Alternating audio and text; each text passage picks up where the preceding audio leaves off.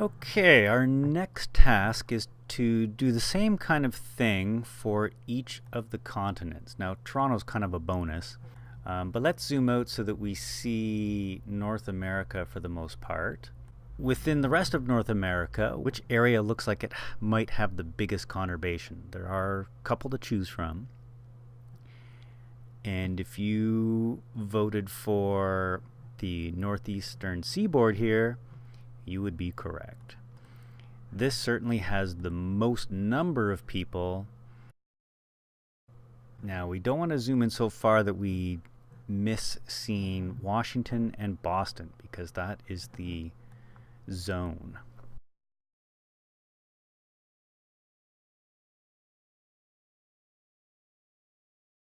And this was actually the first conurbation that was ever identified by a geographer in the 60s, and who came up with the term conurbation. So we do see there's a fairly good connection between the three. Now, it gets a little bit thin in places, but it doesn't have to be a continuation of population so much as a continuation of goods and services and transportation and infrastructure. So let's go and tap on our edit button, and we'll go back to our freehand tool. And this time I'm not going to start in water so I can see it a bit better. I'll start up near Boston here. And we'll just select the very kind of thickest, darkest parts.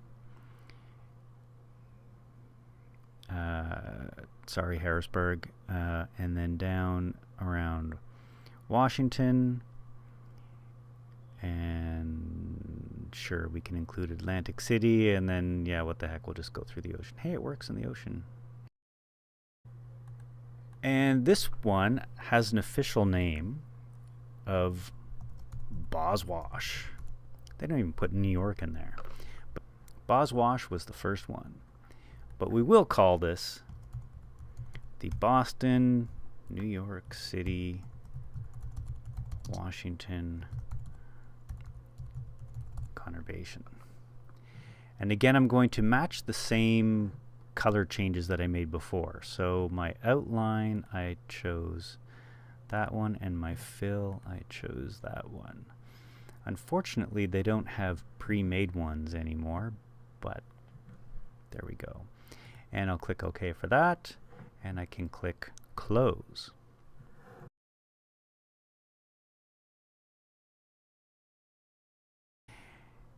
And let's zoom out so that we see a bit more of the world.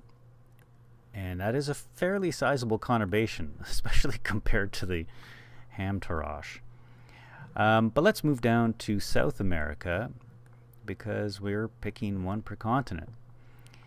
And very quickly we can see that we should be looking in this area in Brazil, because the rest of it's all fairly sparse, and that looks pretty thick in here. So let's zoom in. And we'll discover that we have Campinas, Sao Paulo, for the most part, and Rio de Janeiro. And there is a connection through this highway here, not so much with population. So I think we can connect it all. And so just very quickly, again, we're going to grab the freehand tool, and we'll grab here, we'll kind of go up here, and I guess I'll get that one. And I think we need to come up and get kind of the Campinas area, because there's a lot of stuff there. So the name for this, again, we're using, I'd say there's kind of three main areas. So Campo Rio, let's say. Again, I'll be consistent with my symbol, so that and that. And there we go. So we got two free giveaways, South America and North America.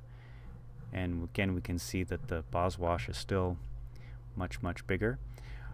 But go around to the rest of the world, one per continent, And one thing I'm going to point out, that when you get to Asia, that it's really kind of overwhelmingly populated. So I would caution you to say, oh, check this out, and circle this whole section right here, because that is not a conurbation. You do need to zoom in much closer, well, as long as we can see our information. Oh, Brick's there. This would probably be a conurbation, because it's not always going to be urban, right? That's the whole idea. Conurbation is urban connected areas.